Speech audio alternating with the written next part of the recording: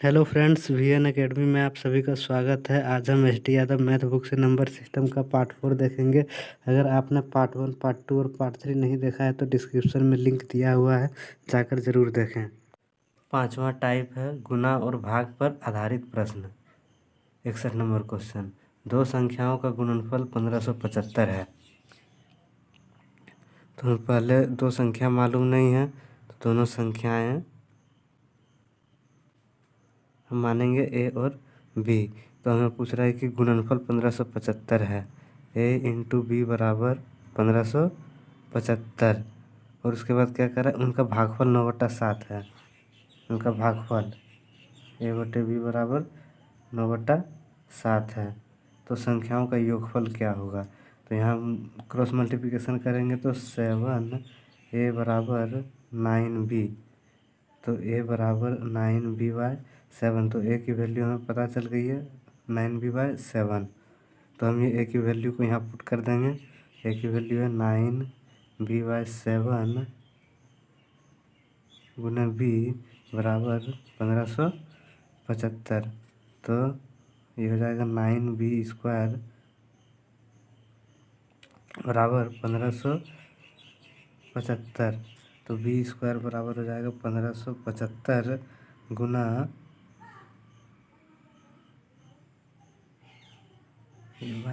7 जाएगा। 1575 गुना 7 हो जाएगा। ये क्रॉस मल्टीप्लिकेशन होगा।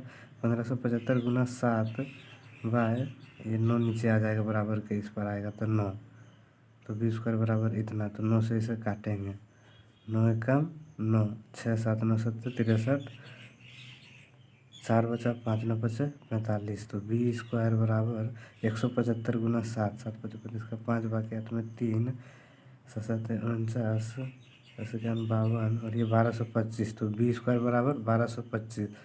तो b बराबर इस पर रूट चढ़ जाएगा 1225। तो b बराबर ये किसका घन वर्गमूल होता है 35 का। तो b बराबर हमारा 35 आया।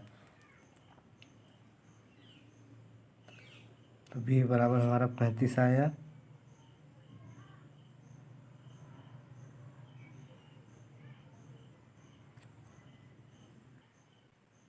तो ये b की वैल्यू को हम यहाँ पुट कर देंगे। तो a बराबर 9b/7। तो a बराबर 9 का 9 हो जाएगा। b की वैल्यू हमारी 35 आ गई बटा 7, 7 बचे 35। a बराबर 9 बचे 45। तो हमें पूछ रहा है कि दोनों संख्याओं का योग क्या होगा। हमें b भी मालूम है, a भी मालूम है। तो दोनों संख्याओं का योग 45 + 35, 5 0 बाकी 1 7 1 8। दोनों संख्याओं का योग 80 हमारा आंसर होगा। ऑप्शन नंबर 6 सी।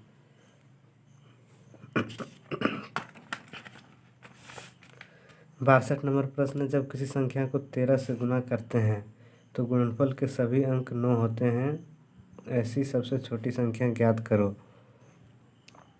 जब किसी संख्या को 13 से गुणा करते हैं, x को 13 से गुणा करते हैं तो गुणनफल के सभी अंक 9 9 9 9 प्राप्त होते हैं। तो ऐसी सबसे छोटी संख्या ज्ञात करें। तो x बराबर क्या हो जाएगा, ये x 13 बराबर के इधर जाएगा तो बट्टा में आ जाएगा। तो हम सिंपल इसको 13 से डिवाइड कर देंगे। 13 13 7 91, 8 9, 13 6 78, 1 1 फिर न जाएगा। 13 9 117, फिर 2 9, 13 दूनी 26, 1 9 और ले लेते हैं क्योंकि अनंत संख्या है। 9 से 6 जाएगा 3, फिर 9 13 3 39। यहाँ जाके कट गया। तो देखते हैं कि सबसे छोटी संख्या ये कहीं ऑप्शन में मिल रहा है 76 923, 76 923। ऑप्शन नंबर डी हमारा आंसर होगा। 63 नंबर प्रश्न है, 567 से विभाजित होने वाली संख्या जो 58 701 के निकटतम हो। देखिए इसमें क्या कह रहा है कि 567 से विभाजित होने वाली संख्या जो 58,701 के निकटतम हो, मतलब 567 से विभाज्य हो जाए। तो इसको हम कैसे समझेंगे? जैसे कोई संख्या हम मान के चलते हैं, जैसे कोई संख्या 30 है। 30 को अगर हम 7 से डिवाइड करेंगे और डिवाइड करने के बाद हमें बोला जाए कि 7 से विभाजित होने वाली 30 के निकटतम कौन सी संख्या है, तो 7 चौक 28। तो एक शेषफल 2 बचा हमारा और एक 7। एक 4 बार गुना किए तो हमारा 2 शेषफल आया। और उसी को जब 7 को 30 से डिवाइड करेंगे तो 7 दिया 21। तो हमारा शेषफल यहाँ आएगा 10 में से 1 गया 9। तो निकटतम हमारी कौन सी संख्या है? अगर हम 4 से डिवाइड करेंगे तो शेष हमारा 2 आएगा। 7 चौक 28, शेष 2। 3 से करेंगे 7 दिया 21। तो हमारा यहाँ 9 शेषफल आया। अगर हम 4 से 7 4 बार 4 से गुना करेंगे तो हमारा शेषफल 2 आएगा। अगर 3 से गुना करेंगे तो 9 आएगा। तो निकटतम हमारी संख्या कौन सी है? इसके 30 से निकटतम कौन सी संख्या है जो हमारी कट जाए? तो 2 शेषफल आए, तो निकटतम हमारा 30 है। तो इसलिए हमारा आंसर हो जाएगा 30। अगर इसमें हम 2 जोड़ देंगे तो हमारी संख्या 7 से कट जाएगी, 2 घटा देंगे तो 7 चौक 28। तो इसी तरह 567 से विभाज्य होने वाली, तो 567 एकम 567, 0 2 5 में से 5 गया 0 कट गया 0। 567 फिर यहाँ 0 लगेगा 1। 567 दिया 1701 होगा, तो 0 0 10 में से 7 गया 3 300। तो दोस्तों 567 को जब हमने 130 बार गुना किया तो हमारा 300 शेष बचा। तो 567 से अगर 567 को अगर हम 102 बार गुना करते हैं तो हमारा 300 अधिक आता। अगर हम 567 को 4 से गुना करेंगे तो हमारा 267 अधिक आएगा। तो सब इससे नज़दीक 58,701 से नज़दीक कौन सा संख्या है? तो 567 को अगर हम 104 बार करेंगे तो 300 और 267 फिर 567। तो ये अगली संख्या हमारी 567 से कट जाएगी, इसलिए हम 567 को 104 से गुना करना है। तो 567 को 104 से 7 चौक 28 को बाकियात में 2 6 चौक 24 25 26 का 6 बाकियात में 2 4 5 20 21 22 0 0 0 7 एकम 7 6 एकम 6 5 एकम 5 8 6 7 8 9 6 2 8 5 8 9 6 8। तो अगली संख्या हमारी 5 8 9 6 8 होगी, जो 567 से डिवाइड हो जाएगी और जो 58,701 के निकट भी होगी। क्योंकि अगर हम 103 से इसको डिवाइड करते, 102 से अगर हम इसको डिवाइड करते तो हमें 300 अधिक लेना पड़ता है। यहाँ 267 ऐड करेंगे तब हमारी यह संख्या निकटतम होगी। तो 267 निकट है 58,701 के, या फिर 102 से गुना करेंगे तब 300 निकट है। तो निकट हमारा 267 है, इसलिए 58,968 हमारा आंसर होगा। Option number A. 64 नंबर, दो संख्याओं का गुणनफल 9375 है। तो दो संख्या हमें मालूम नहीं है तो हम एक्स वाई मानेंगे इसे, या फिर ए भी कुछ भी मान सकते हैं हम। दो संख्याएं एक्स और वाई माने, तो दो संख्याओं का गुणनफल एक्स गुने वाई बराबर 9375 है। और क्या बोल रहा है? तथा बड़ी संख्या को छोटी संख्या से भाग देने पर, बड़ी संख्या को छोटी संख्या, तो हमने एक्स को छोटी संख्या माना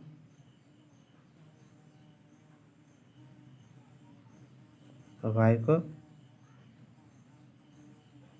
बड़ी संख्या माना। या फिर कुछ भी हम बड़ी छोटी मान सकते हैं। तो x को हम बड़ी संख्या ही मान लेते हैं और y को छोटी संख्या। तो क्या बोल रहा है, तथा बड़ी संख्या को छोटी संख्या से भाग देने पर, बड़ी संख्या हमने x मानी थी, छोटी संख्या से y से भाग देने पर हमारा 15 भागफल आता है। तो संख्याओं का योग क्या होगा। तो ये तो उसी टाइप का प्रश्न है। तो हम यहाँ से नीचे कुछ नहीं है तो 1 है, तो x बराबर 15y, तो x की वैल्यू हमारी 15y आ चुकी है। इसको हम समीकरण 1 मान लेंगे। तो x की वैल्यू को हम यहाँ पुट कर देंगे। तो x बराबर कितना है, 15y गुना y बराबर 93 75। तो 15y स्क्वायर बराबर 93 75। तो y स्क्वायर बराबर 93 75 डिवाइडेड बाय 15। तो इसको 15 से काटेंगे तो 15 3 15 15 60 15 55 75 15 6 90, 3 7 आया, 15 दूनी 30, 15 5 75। तो y स्क्वायर बराबर 625। तो y की वैल्यू हमारे कितनी आ गई, इस पर रूट चढ़ेगा तो 625। तो y बराबर हमारा आया 25। तो y की वैल्यू हमारी 25 आ गई है। तो हमें अब किसकी वैल्यू निकालना है, x की वैल्यू। तो x की वैल्यू यहाँ हम पुट कर देंगे। तो x बराबर 15 गुना y की वैल्यू हमारी 25 आ चुकी है। तो x बराबर 15 गुना 25 करेंगे।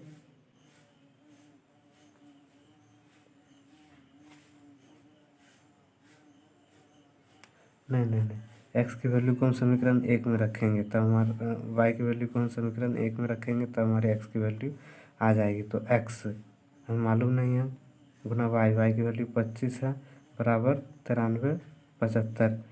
तो x बराबर 93 75 डिवाइडेड बाय 25। तो ये हमारा कितना बार में कटेगा, 25 दिया 75। तो ये हमारा 375 बार में कटेगा। तो x की वैल्यू 375। तो पूछ रहा है कि दोनों संख्याओं का योग क्या होगा, x प्लस वाई। तो x की वैल्यू हमारी 375 आई है प्लस y की वैल्यू 25। 375 और 25 400 हमारा आंसर होगा, ऑप्शन नंबर सी।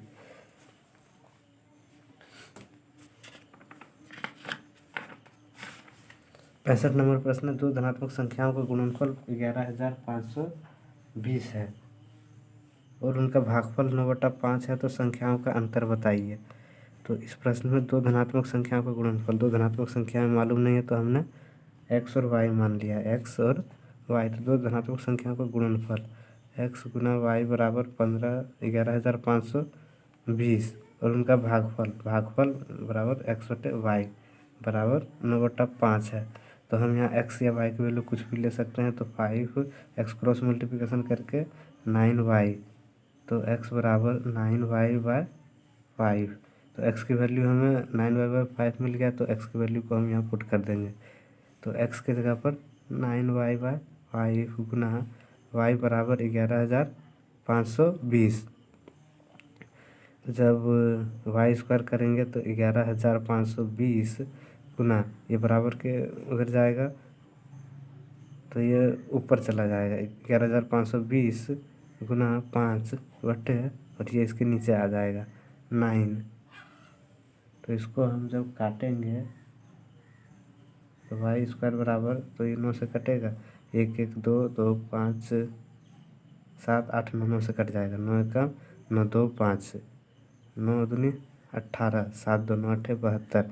तो y स्क्वायर बराबर 128 गुना 5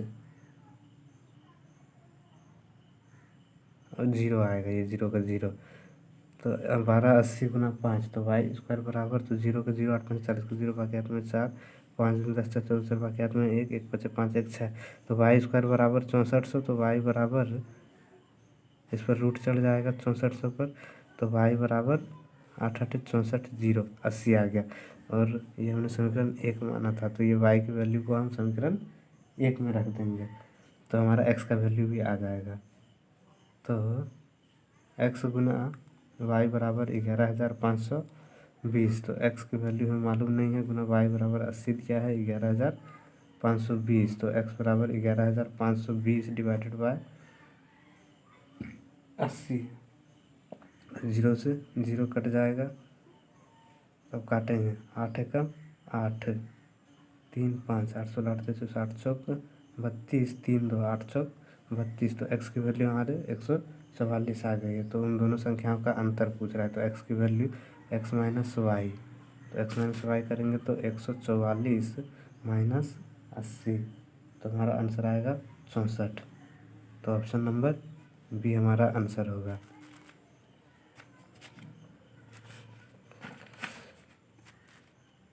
66 नंबर प्रश्न है, यदि दो संख्याओं में से बड़ी संख्या के 3 गुने को छोटी संख्या से भाग दिया जाए तो भागफल व शेषफल प्रत्येक 6 है। यदि छोटी संख्या के 5 गुने को बड़ी संख्या से भाग दिया जाए तो भागफल 2 और शेषफल 3 आता है, तो बड़ी संख्या क्या होगी। पहले जैसे जैसे हमें जो जो करने के लिए कहा गया है वैसे वैसे हम करेंगे। तो दो संख्याओं में से बड़ी संख्या, पहले हम बड़ी संख्या और छोटी संख्या, तो हमने छोटी संख्या का हमने x मान ली और बड़ी संख्या हमने y मान ली। अब क्या बोल रहा है कि बड़ी संख्या, दो संख्याओं में से बड़ी संख्या के 3 गुने को, बड़ी संख्या मतलब y के 3 गुने को, तो 3y को छोटी संख्या से भाग दिया जाता है। तो छोटी संख्या हमारी x हुई, x से भाग दिया जाता है, तो भागफल व शेषफल प्रत्येक 6 है। तो भागफल व शेषफल प्रत्येक 6 है। उसके बाद क्या कह रहा है, यदि छोटी संख्या के 5 गुने को, दूसरे स्टेप में यदि छोटी संख्या हमने x माना है, छोटी संख्या के 5 गुने को तो 5x को बड़ी संख्या से भाग दिया जाए, बड़ी संख्या मतलब बड़ी संख्या हमने y माना, y से भाग दिया जाए तो भागफल और शेष 3 आता है। भागफल और शेषफल, भागफल 2, तो भागफल 2 और शेषफल 3 आता है, तो बड़ी संख्या क्या होगी। तो बड़ी संख्या हमें y की वैल्यू पूछा है। तो एक फॉर्मूला हम जानते हैं, जब भी इस टाइप का क्वेश्चन आ जाए तो भाज्य बराबर भाजक गुने भागफल जोड़ शेषफल, तो भाज्य बराबर, तो 3y बराबर होगा, ये हमारा भाज्य है, ये भाजक है, ये भागफल है और ये शेष है। तो 3y बराबर भाजक में क्या दिया हुआ है x गुने भागफल 6 प्लस शेषफल 6, तो ये क्या हो जाएगा, इसको सॉल्व करेंगे तो 3y बराबर 6x प्लस 6, तो दोनों को इसमें 3 कॉमन आ जाएगा, तो यहाँ सिर्फ बचेगा y बराबर 2x प्लस 2। तो हम इसमें क्या कर सकते हैं, इसको यहाँ तक छोड़ देते हैं ये इक्वेशन। अब इसको सॉल्व करते हैं, तो ये हमारा भाज्य हो गया, ये भाजक हो गया, ये शेषफल हो, ये भागफल हो गया और ये शेष हो गया। तो भाज्य बराबर क्या फॉर्मूला होता है, भाजक गुने भागफल जोड़ शेषफल। तो भाज्य हमारा कितना दिया हुआ 5x बराबर भाजक y गुने भागफल 2 प्लस शेषफल 3, तो 5x बराबर 2y प्लस 3। तो हम इसको अब कैसे सॉल्व करेंगे, इसको ऐसे इक्वेशन में लाना है जैसे ये दोनों एक कैटेगरी का है। तो 5x माइनस 2y बराबर, हमने इस y को इधर ले आया तो ये माइनस में हो गया, बराबर के इधर ये 3 है तो बराबर 3, और अब इसको भी एक कैटेगरी को एक साथ ले आएंगे तो ये हमारा हो जाएगा तो 2x, और ये बराबर के उधर जाएगा तो माइनस वाई, और ये बराबर के उस पार जाएगा तो -2। तो ये समीकरण हमारा 1 हुआ और ये समीकरण 2 हुआ। तो और समीकरण 1 2 को रख के हम x और y की वैल्यू को निकाल सकते हैं। तो हम रखेंगे समीकरण 1 और 2 को, तो 2x माइनस वाई बराबर -2, और दूसरा है 5x माइनस 2y बराबर 3। देखिए इसमें जो x का वैल्यू या फिर y का वैल्यू दोनों को कॉमन करेंगे तो हमारा कट के x या y की कुछ भी वैल्यू आ सकता है। अगर हम इसको 2 को 5 बार गुना करेंगे तो 5 दूनी 10 होगा, और इसको 5 को 2 बार गुना करेंगे तो 5 दूनी 10, x कट जाएगा। तो इसको हम पहले 5 बार गुना करते हैं, तो 5 बार गुना करने के बाद क्या आ जाएगा, 5 दूनी 10x माइनस 5y बराबर 5 दूनी 10 माइनस 10, और इसको हम 2 बार करेंगे तो 5 दूनी 10x माइनस 5 दूनी 2 दूनी 4y बराबर 3 दूनी 6। ये प्लस है तो ये माइनस होगा, इसको हमको माइनस क्या करना है, इसको सॉल्व करना है। तो प्लस प्लस माइनस होगा, यहाँ माइनस है तो ये प्लस होगा, और यहाँ प्लस है तो ये माइनस होगा। तो plus 10x minus 10x cancel हो गया, और ये 5 में से 4 जाएगा तो कितना बचेगा, y। 5x में से प्लस 4y जाएगा तो कितना बचेगा, माइनस y बराबर plus minus minus minus plus y बराबर -16। तो ये माइनस से माइनस कैंसिल होगा तो y बराबर हमारा 16 आ जाएगा। तो हमें क्या पूछा था, बड़ी संख्या हमारा y बराबर 16 आ गया। ऑप्शन नंबर ए हमारा आंसर होगा।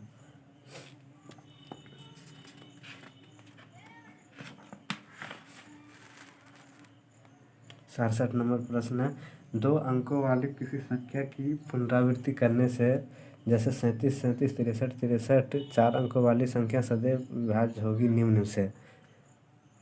देखिए जब 2 अंकों वाली किसी संख्या की पुनरावृत्ति करने से, मतलब जैसे 37 37 है या फिर 63 63 है, या फिर इसके स्थान पर हम कुछ भी ले लेंगे, जैसे 12 12 है, 13 13 है, या फिर 98 98 है, या फिर 78 78 है, तो और वो 4 अंकों वाली होनी चाहिए। 2 अंकों की पुनरावृत्ति मतलब 2 अंक की पुनरावृत्ति मतलब 12 12 ऐसा करके, और वो 4 अंकों वाली ही होनी चाहिए। और वैसी संख्या हमेशा किससे विभाज्य होगी, हमेशा 101 से विभाज्य होगी। ये आपको हमेशा याद रखना है, इसका कोई ट्रिक वगैरह नहीं है। तो हमेशा 101 से विभाज्य होगी, इसलिए हमारा आंसर 101 होगा।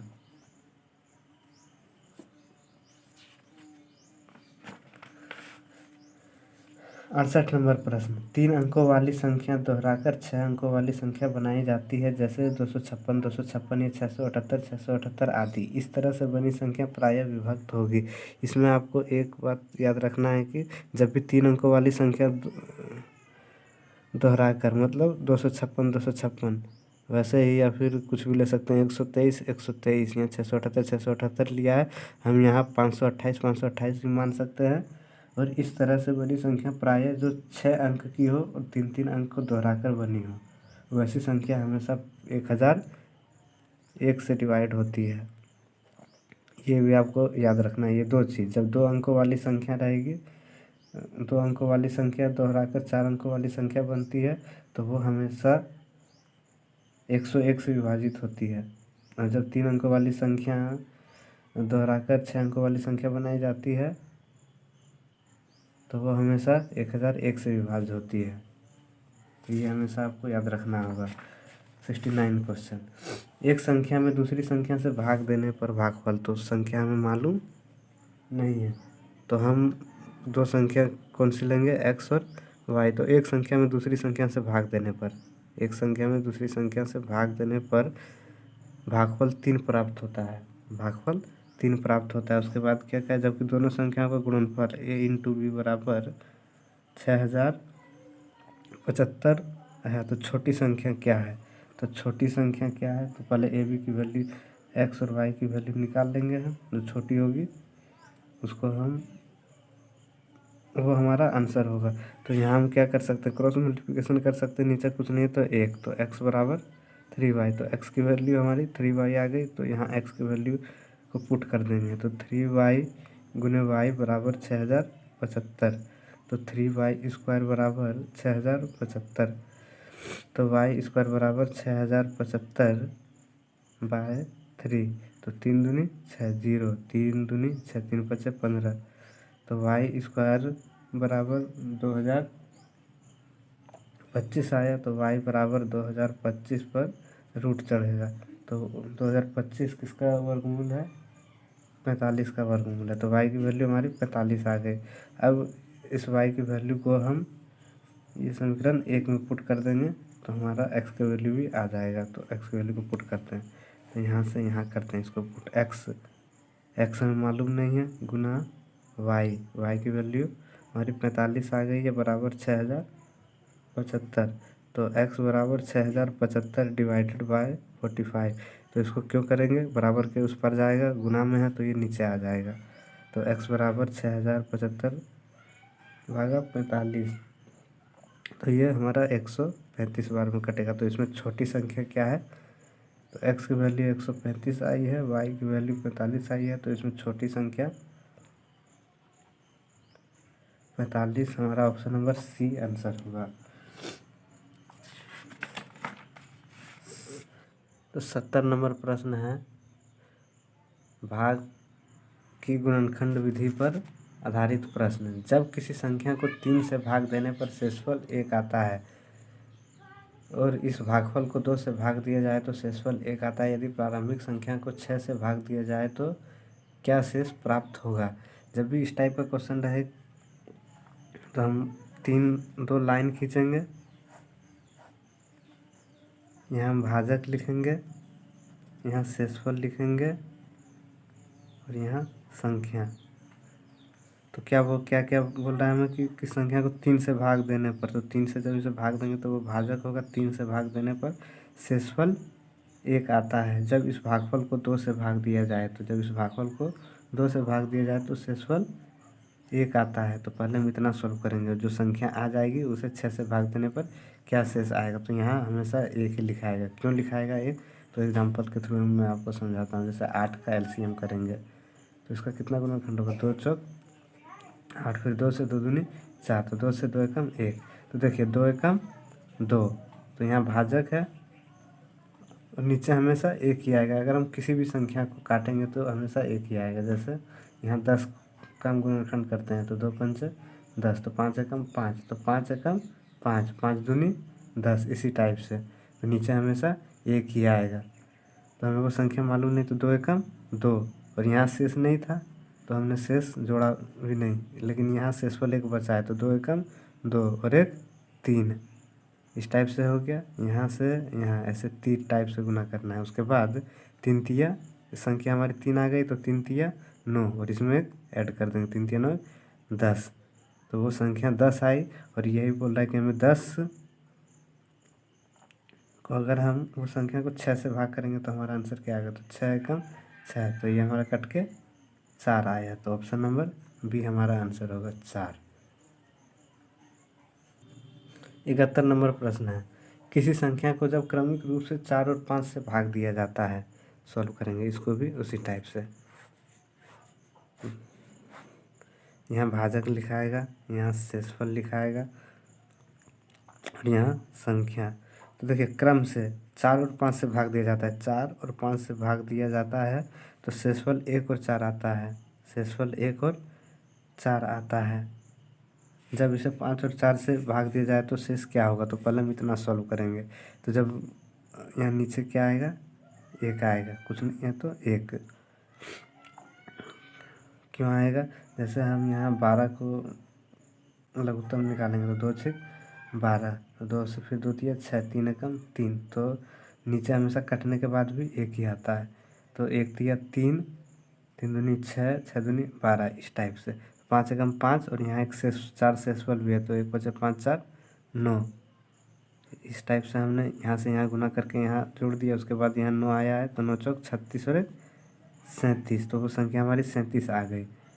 तो उसके बाद क्या बोल रहा है? जब इसे 5 और 4 से विभाजित किया जाए तो उसी 37 को एक बार 5 से विभाजित किया जाए और उसी 37 को 4 से विभाजित किया जाए तो हमारा शेष क्या होगा? तो 5 सत्ते 35, एक हमारा 2 शेषफल आया, 4 9 36, 1 शेषफल आया। तो 2,1 या फिर 1,2 हमारा आंसर होगा, ऑप्शन नंबर डी। अब हम 72 नंबर प्रश्न को देखते हैं। जब एक संख्या को क्रम से 2, 3, 7 से विभाजित करने पर क्रमशः 1, 1, 6 शेष रहता है। पहले हम इतना सॉल्व करेंगे कि जब एक संख्या को क्रम से, तो 2 लाइन खींचा हमने, यहाँ भाजक लिखा, यहाँ शेषफल लिखा और यहाँ संख्या आएगा। तो क्या बोल रहा है कि 2, 3, 7 से विभाजित करने पर भाजक हमारा 2 है, 3 है और 7 है, से विभाजित करने पर क्रमशः 1, 1 और 6 शेषफल देता है। तो उस संख्या को 42, जो भी संख्या यहाँ आएगी उसको हम 42 से भाग देंगे तो क्या शेषफल आएगा। तो नीचे तो कुछ नहीं है तो यहाँ 1 रहेगा, 7, तो इसको फिर मल्टीप्लाई करेंगे, 7 एकम 7 और 6 13। फिर यहाँ से गुना किया हमने और यहाँ इसको ऐड कर दिया। उसके बाद 13 तिया 39 और 1 40, 40 होगा यहाँ, 40 दूनी 80 और 1 81, तो वो संख्या हमारी 81 आ गई। तो वही बोल रहा है कि 81 को जब हम 42 से भाग देंगे तो हमारा शेषफल क्या आएगा। तो 42 एकम 42, 11 में से 2 गया 9, 7 में से 4 गया 3, 39 हमारा आंसर होगा ऑप्शन नंबर डी।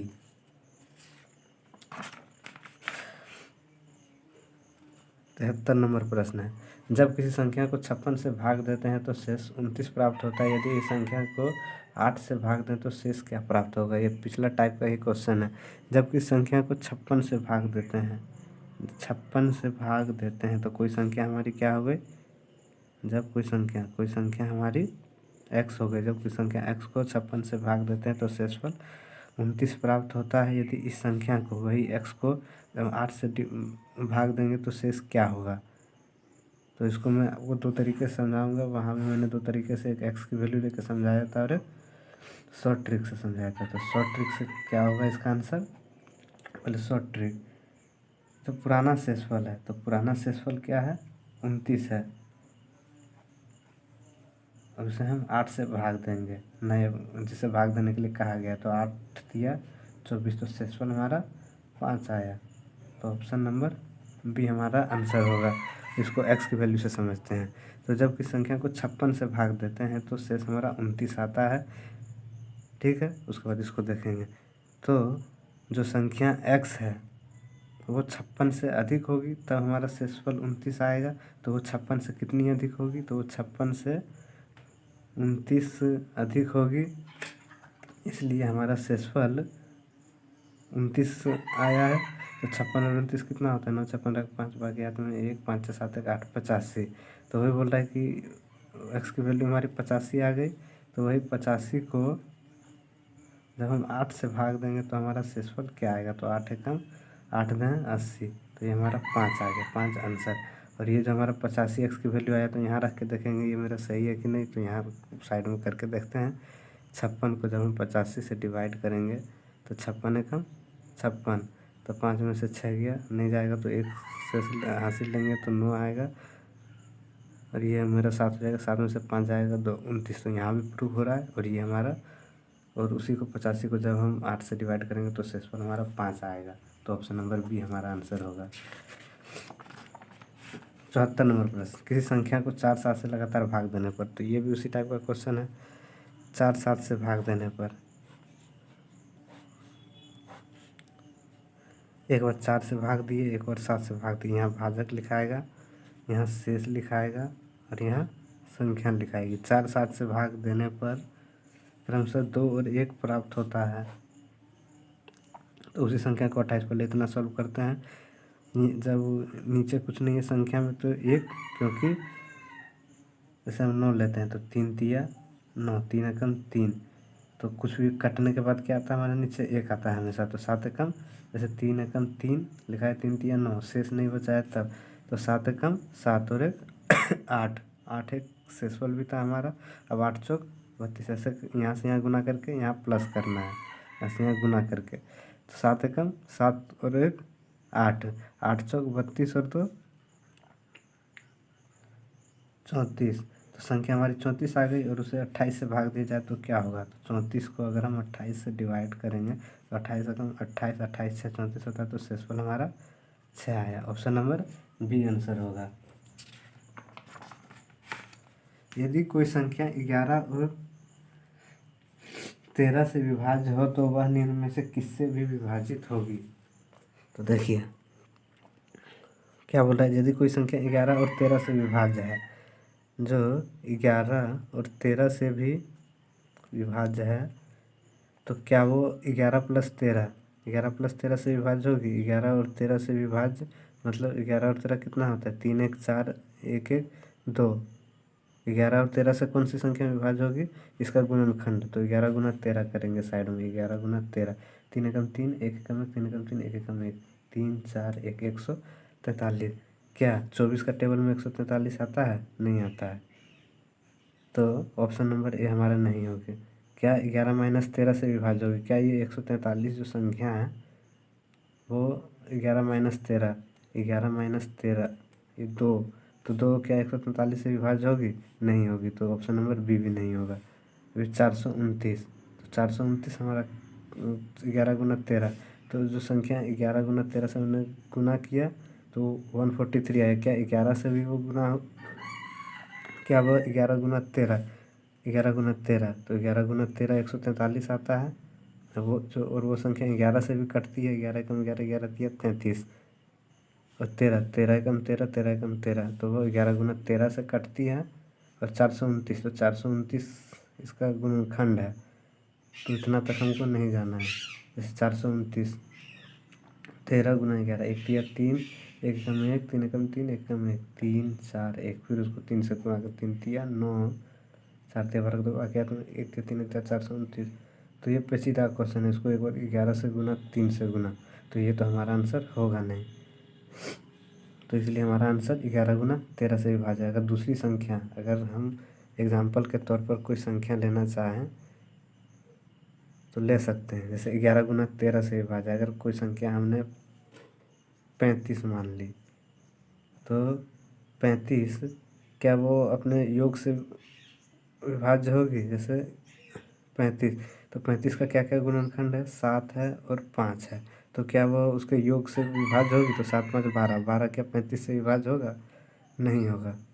उसके बाद 11 माइनस संख्या के घटा से, जैसे 7 प्लस 5, 7 5 12, 12 क्या 35 से विभाज्य होगा, नहीं होगा। तो उन संख्या का योग तो आंसर नहीं होगा। और इस टाइप में माइनस में अगर हम 7 माइनस 5 करेंगे, ये 2 2 क्या 35 से विभाज्य होगा, नहीं होगा। तो ये भी हमारा आंसर नहीं होगा। तो 7 पच्चे 35, 7 गुना 5 जो संख्या का गुणनखंड है 7 पच्चे 35, क्या 35 35 से डिवाइड होगा, होगा। तो इसलिए हमारा ऑप्शन नंबर सी 11 गुना 13, 11 गुना 13 143 से विभाज्य हो जाएगा। तो ऑप्शन नंबर सी हमारा आंसर होगा।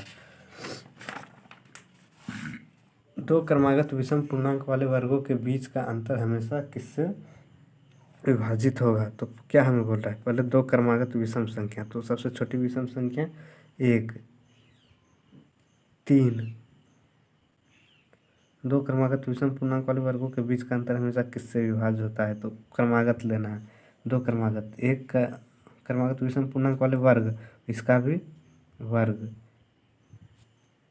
के बीच का अंतर, के बीच का अंतर हमेशा किससे विभाज्य होता है।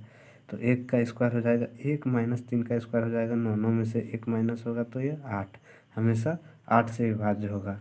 लेकिन ये हमने शुरू का 1 और 3 लिया था। जैसे हम फिर यहाँ 1 का स्क्वायर माइनस 1 के बाद 3 होता है, 3 के बाद 5 होता है, 5 के बाद 7, 7 के बाद 9 विषम संख्या, तो दोनों के वर्ग हो, तो ये सबका वर्ग भी हमने कर दिया। तो बीच का अंतर हमेशा किससे विभाज्य होगा। तो 1 का स्क्वायर 1 होगा, 3 का स्क्वायर 9 होगा, 5 का स्क्वायर 25 होगा। 1 और 3 लिया और 5 और ये 7 लिया, 9 में से 11 का स्क्वायर, ठीक है। तो 1 में से 9 जाएगा तो 8 बचेगा, 25 25 में 7 7 है 49, 49 में 25 माइनस होगा तो ये 16 और ये 9 नमा 11 का, उसके बाद 1 3 हो गया, 5 7 हो गया, 9 निमा 81 माइनस 11 गुना 11 करेंगे तो 121 आएगा। तो इसको माइनस करेंगे कितना आएगा, 121 माइनस 89, 9 में से 11 में से 2 गया 9 बचा, और 11 में से 8 गया 3 बचा, तो ये 32। इस टाइप में हम यहाँ भूल गए लेना 1 3 5 7, फिर 7 से 9 लेना है, फिर 9 से 11 लेना है। तो ये हमेशा संख्या जो संख्या है शुरू से जब क्रमागत विषम रहेगी तो वो संख्या हमेशा 8 से कटेगी। जैसे 1 और 3 का स्क्वायर करेंगे तो और माइनस करेंगे तो ये संख्या 8 से कटेगी, 5 और 7 करेंगे तो 16। तो हमेशा किससे विभाज्य होगी? जो भी संख्या वर्गों विषम संख्याओं के वर्गों के बीच का अंतर हमेशा 8 से कटेगा, क्योंकि जो संख्या आई है 8 वो 8 से कटेगी, और ये 16 ये भी 8 से कटेगा। इस तरह 8 16 8 24 8 32 आता रहेगा। तो वो सबसे छोटी संख्या जिससे कट जाए तो संख्या 8 होगी, इसलिए ऑप्शन नंबर डी हमारा आंसर होगा 8। क्वेश्चन नंबर 77, 39 57 में 53 49 को जोड़ा जाता है, तो इसको पहले जोड़ेंगे। 53 49 में 70, 53 49 में 39 57 को जोड़ा जाता है। 9 7 16 के 6 वाक्यात में 1 4 5 2 वाक्यात में 1 9 3 3 वाक्यात में 5 8 1 9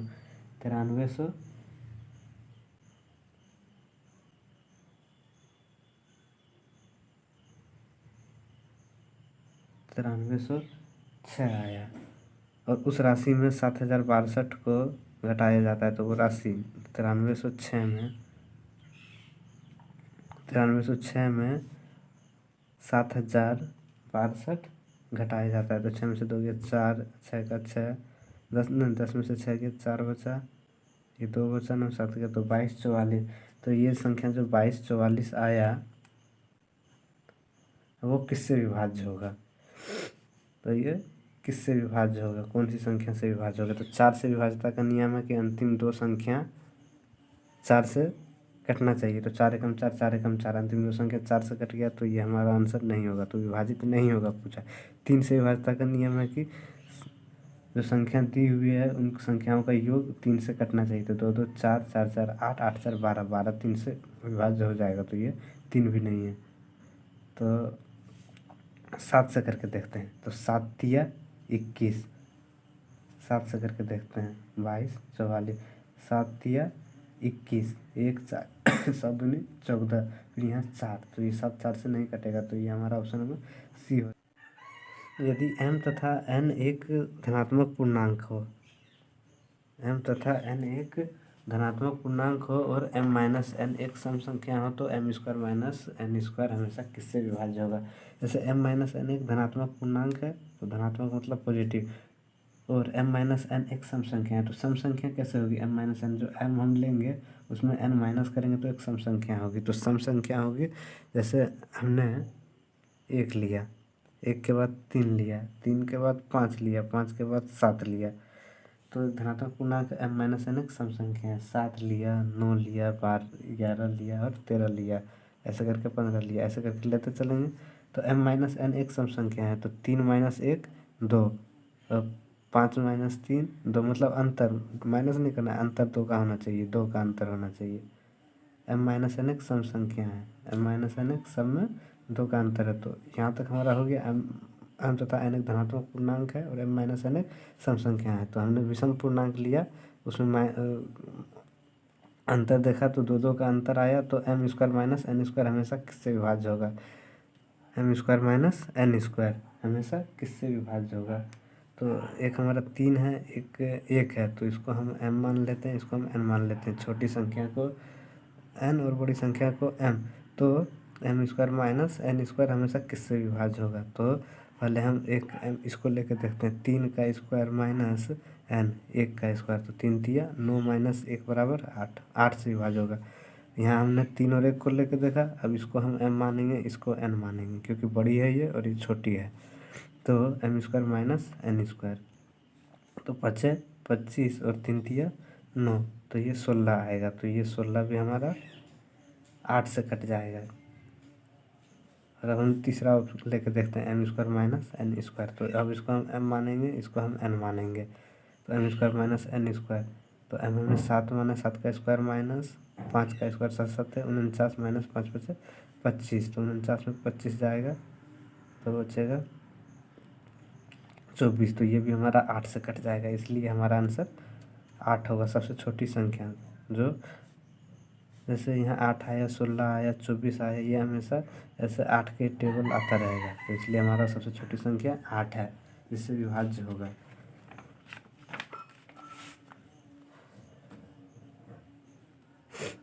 यदि 73 8a 6a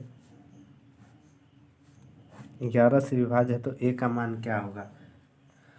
तो 11 से विभाज्यता का नियम है, यदि किसी संख्या के सम स्थानों का योग, सम मतलब ये 1 2 3 4 5 6 ये कोई संख्या है, और इसका सम स्थानों का योग मतलब सम स्थान 3 प्लस a सम स्थानों का योग और विषम स्थानों का योग और एक विषम 1 हो गया, 1 2 3 हो गया, 3 2 5 हो गया, विषम स्थानों के योग का अंतर हमेशा 0 या 11 हो या 11 का कोई गुणनखंड हो, तो वह संख्या 11 से पूर्णतः विभाज्य होगी।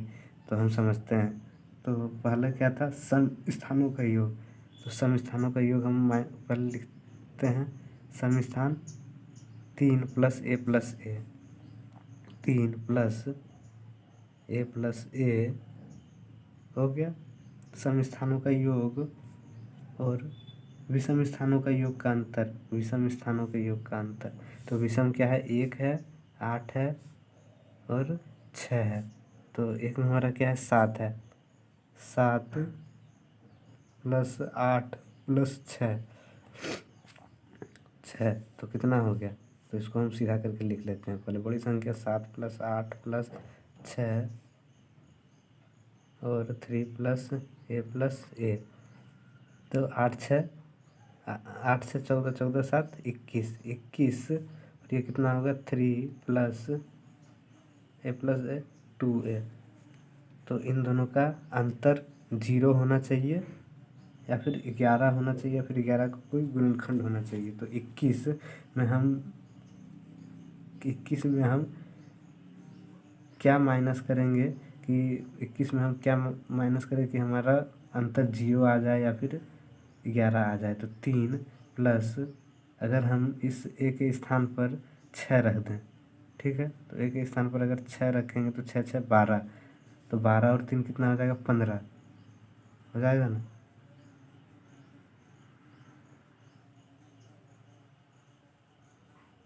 ये a + a ही रहने देते हैं, 2a, ठीक है, a + a।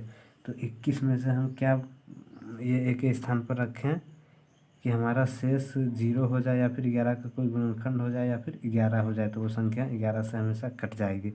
तो हम इस संख्या में a और a की जगह हम 6 रखेंगे, तो 6 6 12, तो 12 3 15 हो जाएगा, 21 में से 15 जाएगा तो 7 बचेगा। तो 11 के विभाज्यता के नियम से प्रूव नहीं होता है, तो 7 आता है, लेकिन यहाँ 0 आना चाहिए या फिर 11 या फिर 11 का कोई गुणनखंड, तो ये ऑप्शन नंबर सी हमारा नहीं होगा। और अब बी नंबर देखते हैं, 3, अगर a की जगह पर 3 लेंगे तो कितना आएगा, तो 3 + a और a 3 3 6, 6 और 3 9, 21 में से 9 जाएगा तो फिर नहीं कटेगा, 11 नहीं आएगा और 11 का कोई गुणनखंड या फिर 0 भी नहीं आएगा, तो 3 भी नहीं होगा। तो सी नंबर देखेंगे 9,